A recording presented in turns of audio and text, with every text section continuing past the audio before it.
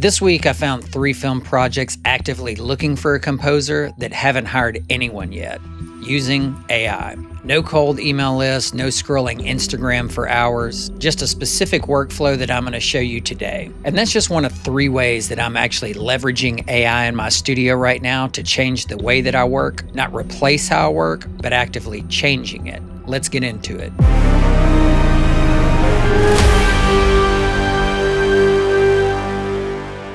So in the first example, we're going to look at overcoming writer's block. It's something that every composer's ran into. We've all sat at a keyboard for hours, drumming away at piano sketches until we come up with something that we like. And that was my solution for a long time. But when you're on a deadline, you've got to move things faster. So what I ended up doing was actually using Claude AI to help move some of these ideas onto the screen a little bit faster.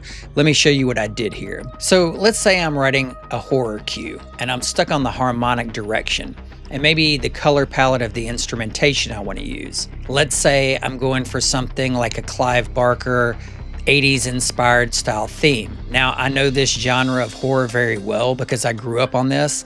However, I could spend hours going back to my references trying to get inspired, or in this case, I just asked Claude, give me 10 Clive Barker inspired chord progressions and maybe drop a list of instruments that I could use to fit this color palette. I might add in something like make this in a minor key and avoid resolution. Now, when I get this, I'm going to basically take those 10 different chord progressions and I'm just going to play around with them. It's kind of like having an assistant in the studio that knows music theory really well that you can just bounce ideas off of. I might take a combination of those chord progressions and string them together, but it helps inspire something else that gives me some momentum in the session. I think a lot of people get a bad taste in their mouth about using AI because they feel like it's not coming from them. I'm still writing every note. I'm still coming up with the chord progression. I'm just using these as ideas and starting points for inspiration to get things moving. So for context, check out this track that I use with this exact prompt, but this simple prompt was enough to get me going in that direction.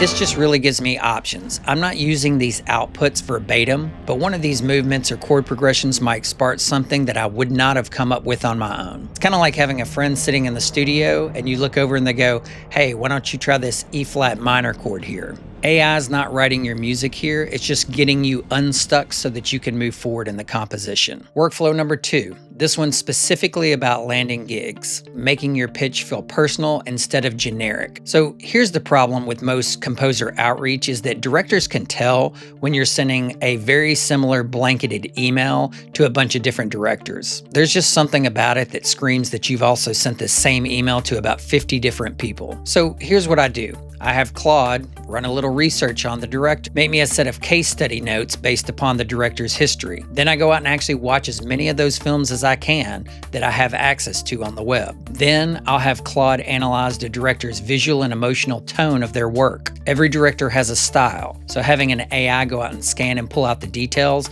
that I might miss because I was never a film student just helps me uncover some things that I might not have picked up on my own. At the end of it, I string it all together, compose my own email, and then I'll have Claude proofread it along with the notes that it has to see if there's anything else that I need to add or maybe need to take away from it. And this is really just to get the director's attention. We're trying to spark a conversation so that we can build a true relationship and start nurturing that. And this is just to grab the director's attention.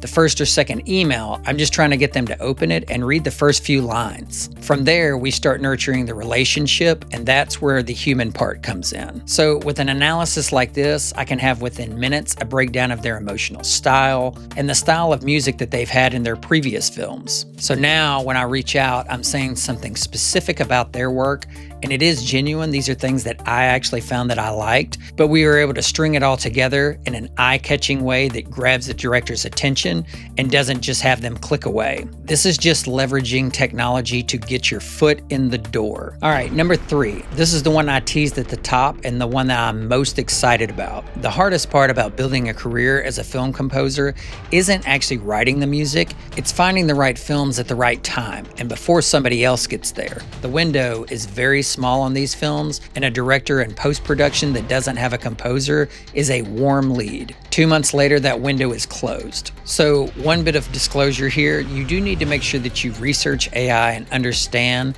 the security risks involved with giving it access to your computer and certain aspects of your file system. So for cases like this, I actually have a completely closed system on a different computer that I'm running Claude Cowork and Claude Code in specifically for these tasks. Now, not everybody will have a separate machine lying around. I totally get that, but I'm just making you aware of these.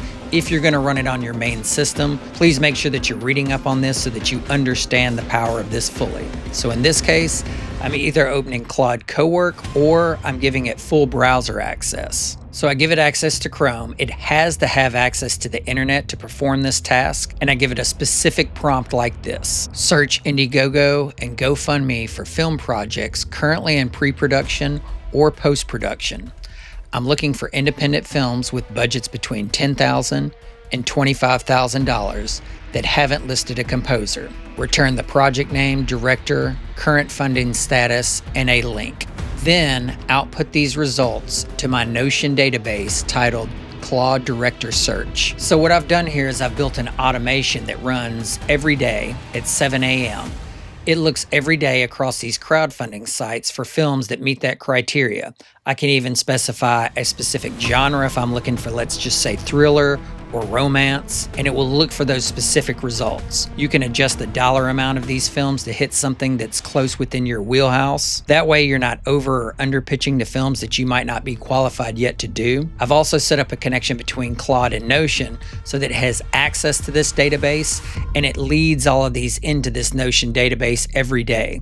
I go then and I check these in Notion, and if I find leads that I want to pursue after doing my own research, I'll move them into my full CRM if and when a conversation and relationship has started with that director. I'm also taking those names to IMDb Pro and cross-referencing. Does this project already have a composer attached? If not, I have a genuine warm lead. So here's the key to all this. While yes, I'm having AI basically act as an administrative assistant and search for these leads every single day, I am being the human and going out and researching these directors on my own. Many times it's finding things that I just might not be a good fit for this director, or they might not be what I'm looking for. But it gives me a lot of options to pull from that I can then go start trying to make these connections. And that's what you've got to understand. It's not replacing you, it's literally replacing an assistant that you cannot yet afford. I think everybody out there would love to have an assistant that could do their admin task while they just work on music and trying to make genuine connections online, but we don't have the money to pay somebody a salary every year. Here's what I want everybody to take away from this. AI is not here to replace you. The directors want to hire you, your taste, your instincts, your human connection. They need real-time human collaboration on a project. What AI does is it clears a path. It does the grunt work. It does the research and gives you collaborative ideas that you can use in real time to move forward in your projects and save you time. Nobody loves being a freelancer that's drowned in admin work. So let the AI do that for you. The composers that figure this out early are going to have a real advantage because they're not overwhelmed by all the admin stuff and they can move on. Not because they're using some magic tool, but because they're actually protecting their creative energy for what actually matters. Aside from AI, if you want to go deeper on the orchestration and composing side of things, I've got some free resources available on my Score School page. The link's down in the description and it's completely free. And if this video helped you out, please subscribe. I try and put out practical information like this as often as possible to help out composers move forward in their career while working a day job or maybe still in school. See you in the next one.